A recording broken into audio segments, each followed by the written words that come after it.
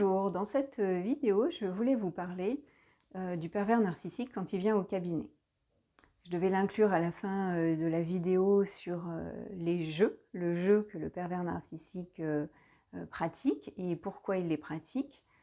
Mais la vidéo était déjà un petit peu longue, donc j'y viens dans cette vidéo. Le pervers narcissique, pour ma part, je peux le détecter entre 30 secondes, entre la porte d'entrée et le moment où il pose ses affaires au porte-manteau, jusqu'à 3-4 séances où je retrouve le pervers narcissique.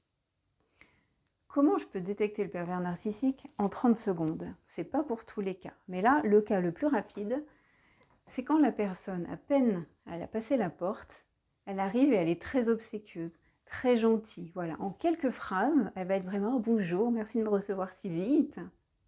Puis tout de suite après, vous allez avoir une deuxième chose, ça va être du reproche. « Ah mais il n'y a pas d'ascenseur chez vous ?» Culpabilisation. « Dommage parce qu'avec mes genoux et mes hanches, dis donc, qu'est-ce que je souffre ?» Quatrième chose, elle va m'appeler par un autre nom. Je m'appelle Céline, ils peuvent très bien, par exemple, m'appeler Cécile. Et cinquième chose, en fait, ils vont faire le côté Calimero, l'écran de fumée. Oh là là, ma vie, qu'est-ce qu'elle a été difficile. J'ai vraiment beaucoup de choses à vous partager parce que, dis donc, j'ai beaucoup souffert. Vous dites peut-être, quand même, c'est jugé un petit peu vite. Il faut savoir qu'une personne saine ne va jamais faire ce genre d'entrée au cabinet. 5 comportements bizarres comme ça en 30 secondes, c'est très étrange. Donc je vous dis, à ce moment-là, moi, je sors mes petites antennes et il est bien évident que dans la séance qui va suivre, on a 1h30 de travail ensemble, je vais aller bien sûr poser des questions et je vais aller finir de vérifier si oui ou non cette personne a fait comme ça une entrée étrange ou si la personne est pervers narcissique. Autre chose qui peut se produire, une entrée dans le cabinet plus neutre, et une fois dans la séance, là ça va être l'enfer parce qu'en fait, elle ne va répondre à aucune de mes questions.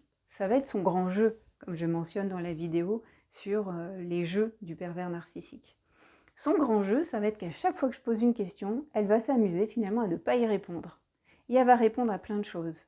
À chaque fois que je vais essayer d'aller sur un sujet ou un autre, elle va toujours me ramener par exemple à l'enfance et à ce que sa mère elle a dit ou elle a fait.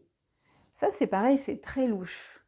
Et il va aussi y avoir un petit coup de love bombing. Enfin, je viens parce que du coup on m'a dit beaucoup de bien de vous. Et derrière, un petit coup de pression. J'espère qu'avec moi, du coup, vous allez aussi pouvoir m'aider. Il y a tout un ensemble de phrases, de mots et de tournures qui, vraiment, je peux vous le dire, avec une personne saine, la première séance ne se déroule pas du tout comme ça. Alors, je ne vais pas trop dire dans la vidéo comment se déroule une séance avec une personne saine, pour que, au cas où il y a un pervers narcissique qui écoute ça, qui ne soit pas trop en train de venir jouer avec les thérapeutes. Parce qu'en fait, c'est leur kiff, c'est leur jeu, c'est de venir s'amuser avec un thérapeute. Je vais aller m'amuser avec un thérapeute. Il y a une dame, par exemple, qui venait me voir, parce que clairement, dans son entourage, plus personne n'avait envie de parler avec elle. Elle avait fini par excéder tout le monde, et il était évident qu'elle manquait de joutes verbales et d'échanges compliqués. Donc elle venait au cabinet, elle n'est pas venue longtemps, effectivement, parce que quand je détecte la perversion narcissique, j'ai 2-3 outils pour que l'accompagnement cesse rapidement. C'est très facile en fait de faire cesser un accompagnement avec un pervers narcissique à partir du moment où vraiment vous lui demandez de travailler sur lui. Je reviens à la détection du pervers narcissique qui vient jouer au cabinet avec le ou la thérapeute. Donc ça peut être à l'arrivée, à l'entrée en 30 secondes, pendant la première séance. Il peut arriver aussi que le pervers narcissique joue un rôle pendant 2 séances, peut-être 3 maximum, où il va vraiment être à votre écoute. Néanmoins, dans les types d'accompagnement que je propose, on passe vite à l'action de faire des exercices pour aller déclencher des guérisons, pour aller provoquer des changements, pour aller apaiser des nœuds émotionnels, pour faire que, ça y est, on peut enlever les trop-pleins. Donc en fait, c'est un vrai travail sur soi qui, avec moi, va démarrer très vite. Ce qui fait que quand j'ai face à moi une personne qui, pendant 2-3 séances, veut absolument discuter, reparler toujours des mêmes choses, me parler beaucoup des autres, parce qu'en fait, ce qui va se passer, c'est que pendant la séance, un pervers narcissique ne venant pas travailler sur lui-même, il va passer son temps à vouloir changer son père, changer sa mère, changer ses enfants, ses frères, ses sœurs, les collègues de travail. Ils veulent des astuces dans tous les sens pour intervenir sur les autres. Souvent même aussi, il peut arriver qu'ils me disent, et si je lui demande à son collègue de boulot ou à son mari de venir vous voir, est-ce que vous allez pouvoir l'aider à, et elle va vous dire très précisément ce qu'elle veut que vous changiez sur cette personne.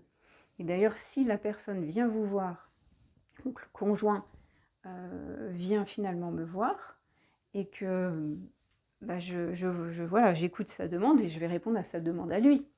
Je ne vais pas répondre à la demande que sa conjointe a faite avant sa venue. Et ben, la personne, quand elle va revenir me voir ensuite, et ben, il se peut bien qu'elle se fâche. Qu'elle me dise, je vous ai envoyé mon mari, mais vous n'avez pas fait ce que je voulais avec lui. Donc, encore une fois, une personne saine peut avoir ce genre de demande pour un proche, et puis ensuite se dire, je vous ai envoyé mon mari pour que vous travailliez sur son anxiété, et vous avez fait autre chose. Bon, voilà, ça peut arriver à tout le monde. Mais encore une fois, le pervers narcissique, il va avoir ce genre d'attitude quasiment systématiquement, en plus d'une multitude d'autres comportements. Donc ça, c'est ce qui peut arriver en 2-3 séances. Et puis, il arrive aussi des fois qu'il y ait 2-3 séances où il a joué un rôle, il n'a pas vraiment participé aux exercices, ou il les a fait, plus ou moins. Mais quand il revient d'une séance à l'autre, il n'y a pas d'évolution, pas de changement, parce que de toute façon, il n'y croit pas du tout à ce que vous faites. Enfin, il n'y croit pas. C'est qu'il n'est pas venu pour ça. Lui, il est venu pour avoir des astuces pour manipuler les autres, pour faire changer les autres, pour comprendre les autres éventuellement, pour mieux les manipuler. Donc, ça ne l'intéresse pas ce que vous voulez faire sur lui, avec lui. Or, quand quelqu'un vient me voir, moi, je vais travailler avec cette personne. Je ne vais pas travailler à manipuler les autres, bien évidemment. Et il est arrivé aussi que des personnes viennent 2-3 séances avec une personnalité, et à la 4e séance, d'un coup, vous avez l'impression d'avoir affaire à quelqu'un d'autre, complètement. Et là, carrément, c'est bas les masques. Et tout ce que vous dites, on pourrait peut-être améliorer la relation avec votre père, elle ne veut pas entendre parler d'amélioration de la relation avec le père, avec votre mère. Elle ne veut pas en entendre. Et là, je suis en train de parler d'une jeune femme qui était pervers narcissique. Et à cette séance-là, en fait, finalement, elle décide que je ne lui sers plus à rien, puisque je ne veux pas obtempérer. Je ne lui donne pas satisfaction. Donc, ça va se terminer. Donc, des séances avec un pervers narcissique, ça va vraiment être une catastrophe. C'est des séances qui vont me coûter une énergie folle, parce qu'en fait, il va y avoir de la culpabilisation. Je suis venue vous voir pour ça, mais je vois bien que j'avance pas trop sur le sujet. Triangulation, alors que vous avez avancé avec d'autres personnes qui sont venues vous voir. Je comprends pas, avec elles ça a marché, puis moi ça marche pas. Alors tout ça, moi je prends de la distance avec ça, puisque toutes les personnes saines avec qui je travaille, on parvient à des résultats. On cherche le chemin, on lâche rien, on avance, il y a toujours un moyen, il y a des causes, il y a des traumas, il y a tellement de choses à faire. Toute personne saine qui veut travailler sur elle et avancer, on va le faire. Et toute personne pervers narcissique, vous n'arriverez à rien. Par contre, pendant une séance, moi, je peux me retrouver en train de m'appeler Isabelle, on va me dire que ce que je fais, ça ne fonctionne pas, telle technique ne fonctionne pas, celle-là non plus, celle-là, je lui ai fait peur, celle-là, j'ai été trop loin, trop profondément, ça a été douloureux. Quand je dis, du coup, j'ai quand même un petit peu du mal à travailler avec vous parce que je ne sens pas de collaboration, elle va me dire, faites comme vous faites d'habitude. Et si je réponds, c'est tout à fait ce que je suis en train de faire. Ça, c'est quand je suis en train de commencer à dire à la personne que j'ai compris qui elle était, le dire sans le dire, quoi, voilà. Et donc, du coup, il va y avoir tout un ensemble d'échanges qui sont hautement désagréables. Donc, voilà. Donc voilà, je vais mettre fin à ces accompagnements d'une manière ou d'une autre. De toute façon, du moment que vous essayez de les faire travailler sur eux-mêmes, vous allez les voir partir, c'est certain.